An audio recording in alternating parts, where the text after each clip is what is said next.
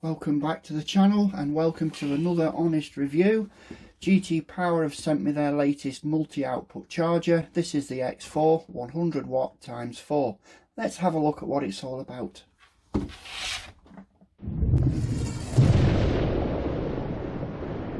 So, the box. It just gives us a multi-chemistry balance charger powered through AC or DC. 4 outputs as we can see on here.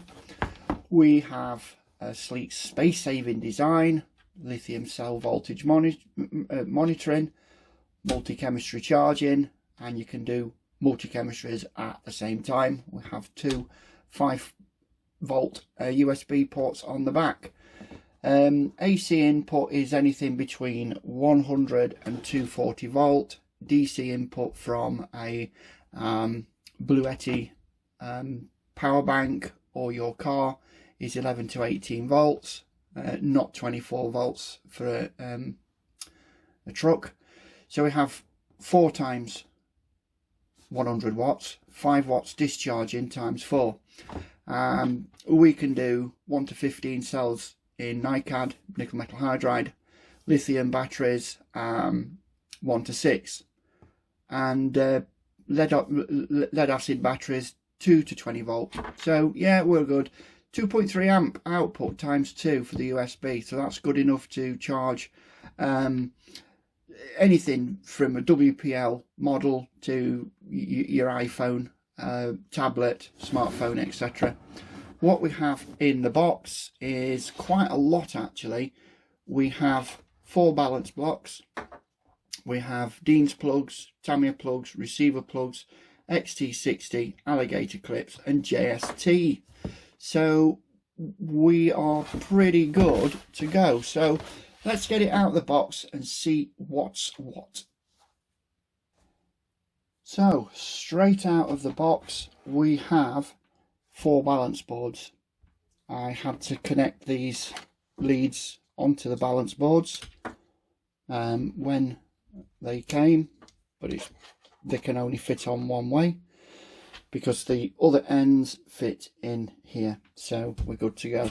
We have 2 very generous length cables. They look to be about 14 inches long, banana pins on the one end, and we have 2 Dean's T-type connections and the XT60s on these 2. Over here we have the adapter that goes Dean's to Dean's for the Tamiya. We have Dean's to JST. We have Dean's to alligator clips. We have a Dean's to JR servo type connection. And we have the XT60 to alligator clips. So yes, we have quite a good little array of connectors, which is pretty impressive because a lot of chargers you don't get an awful lot in the box.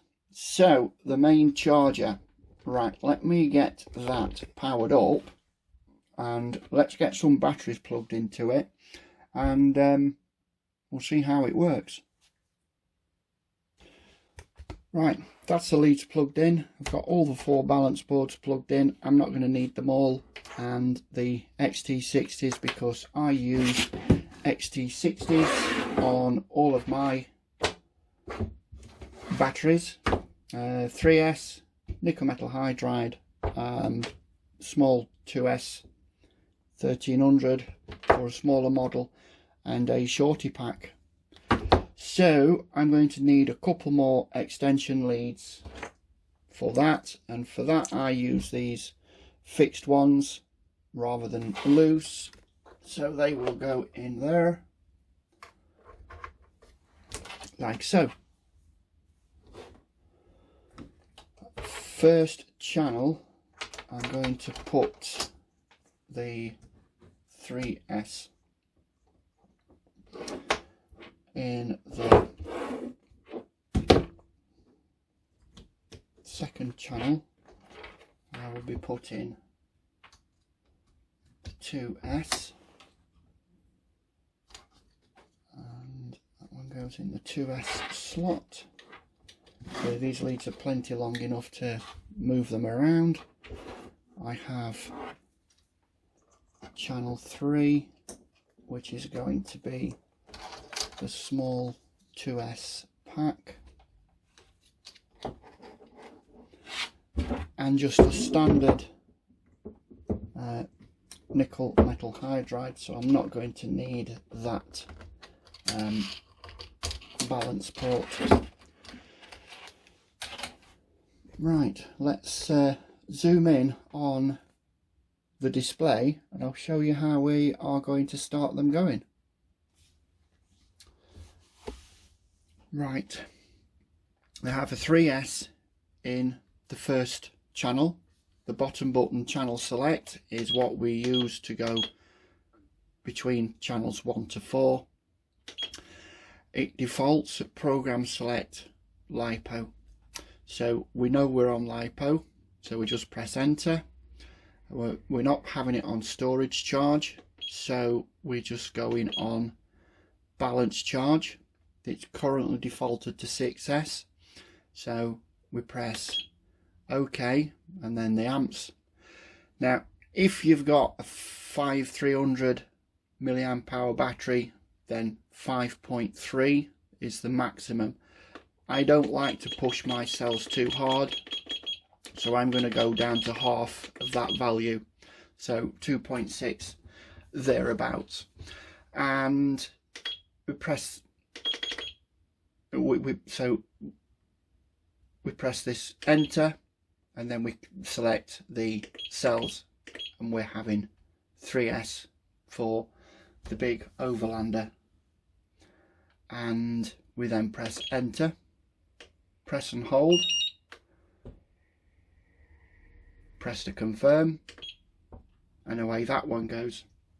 We now have a 2S LiPo in channel 2, so we can enter that.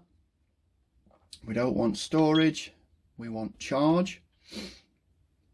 I don't want anything more than 3.4. It's a 4.6 battery, so get that one. So we enter that, and I'm going to go to half its value, 2600 thereabouts. It is a 2S, so we can press and hold and then confirm. In channel 3 we have another LiPo, a very small one, so we can OK that, go on to balance. It's defaulted to 6S, so we alter the current. This small battery pack is 1300 milliamp hour, so I'm going to go to half of that value, which is I want to say about 7.7, and then press enter, reduce that down to 2S, press go, and that's channel 3. On channel 4 we've just got the standard nickel metal hydride 4200, so we don't want LiPo, we need nickel metal hydride, and we select the type by this button here. And we don't want to discharge it, we want to charge it. And we can cycle discharge and charge, and depending on how many times we want to cycle it, we just alter that value. Now we can change that to charge and then discharge, so it will end on a discharge, but that's not going to be advisable, because on a nickel metal hydride battery you've got to leave them charged if you're storing them, because it does them no good. So if you're going to cycle the batteries, if it's a new battery, then I would cycle it 3 times. So it's going to discharge it and charge it, discharge and charge, discharge and charge, and end on a full charge. But we're not going to do the discharge or the cycling. We're just going to go charge manually. Now this is a 4200 battery, so we don't want to go more than 4.2. I don't tend to want to stress my batteries out. There's a risk that it's going to fry, so just be kind to your batteries, and your batteries will last a long time. So I'm going to go down to 4.2 is going to be 2.1. Just take a little bit longer to charge, the lower the ampage, but you know, I'm in no rush. Press and hold, checks the battery, and away it goes. So then we can press the channel select, and it's telling us LiPo 3S charging at 2.6 amps at 1164 volts, and that'll tell you what it's going through, cell count on that. So yeah, there's a lot of information on there that you can see. On channel 2, how long it's charged and what's power. So that's pretty well balanced. There's only 0.01 difference between the two cells, so yeah, that's pretty good. And on this one, again, we've got, you know, a tolerance between the balance of 0.01. So yeah, that's pretty good. So yeah, so I'm going to stop all these.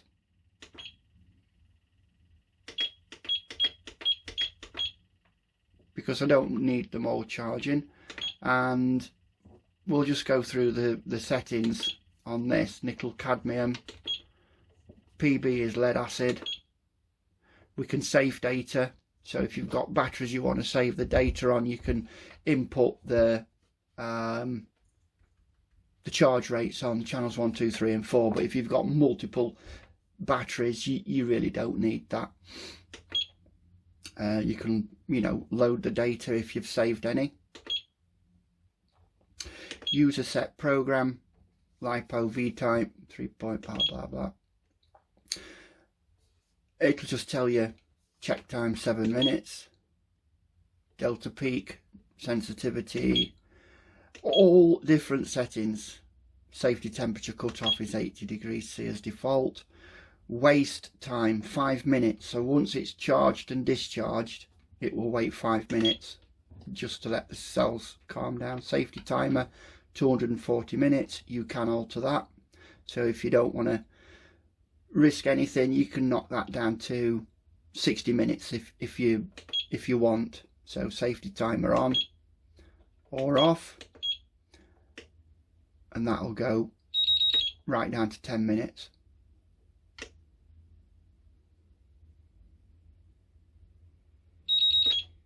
$720 minutes, that's quite a long time. So yeah, I usually put mine on 120, which is 2 hours,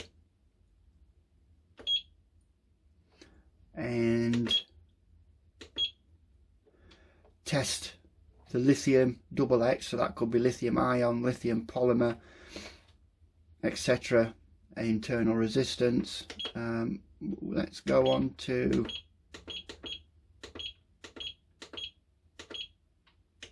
channel 1, measuring internal resistance on the 3S that I've got plugged in, and that's pretty good, that 008, 008, 01, so it's within tolerances. So internal resistance, it tells you everything you need to know about the battery. Lithium battery meter, let's go on that one. Measuring voltage, we're at 11.5 volts. We're not bad, so 3.843, 3.835, so that's pretty good balancing on that one. So yeah, that's about it. I think somewhere in here you can turn off that god awful beeping, I think. There we go, beeper on. So key beep, we can turn that off. So now the buzzer is for when it beeps when it's finished charging. So I'm going to keep that one on, and that's as simple as that. So yeah, input power low cut off. So if you're running on DC voltage, anything below 10.6, the unit will shut itself off. And load factory settings. So if you want to reset it to default, you just clear, press enter, and it clears it. And then it's got your version just here. You can update these, but I've never really found the need for updating the chargers. It does what it does without any hassle really. So yeah, let me shut this down and I'll just give you a quick tour around the charger itself. So a close-up view of this is the 4 outputs there. You can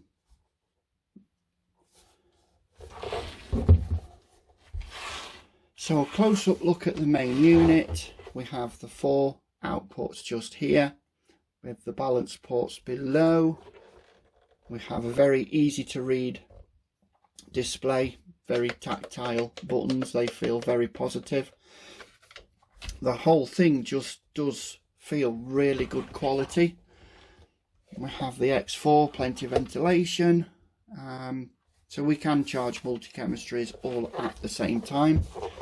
Twin cooling fans at the back, 100 to 240 volt input, and the 2 USB ports which are giving out, according to the box, is 2 times 2.3 amps.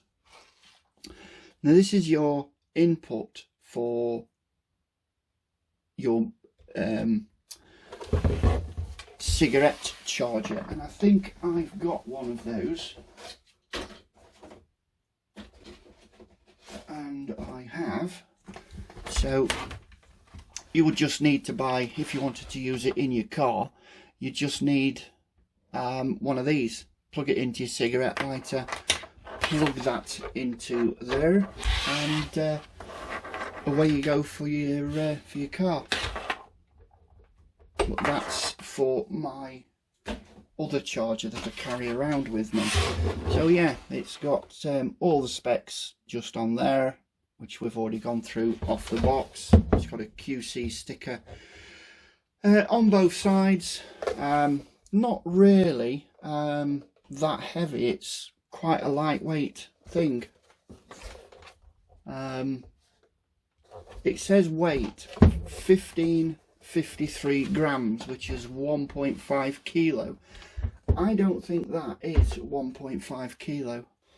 So the only way to find out that is to actually get it on some scales. Well, there you go, 1.616 grams. I obviously don't know my own strength. I wouldn't have said that was 1.6 kilo. So yeah, it's gone back. So let's kilograms, let's zero that. Yeah, 1.6 kilos. That in, what is that in pounds? That is, in pounds, 3.9 pounds. Yeah. GT Power Pro Pro charger, very good. I am impressed with it. It's a very good sturdy unit. So have a look at J Perkins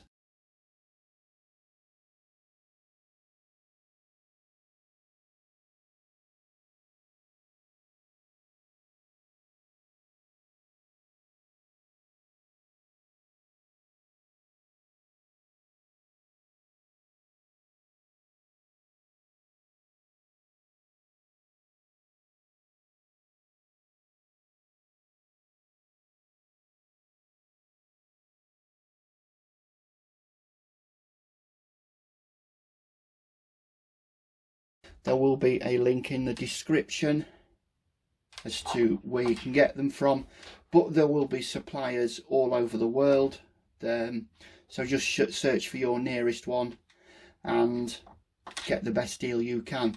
But I do like this. This is a very good charger, especially if you've got multiple models like me.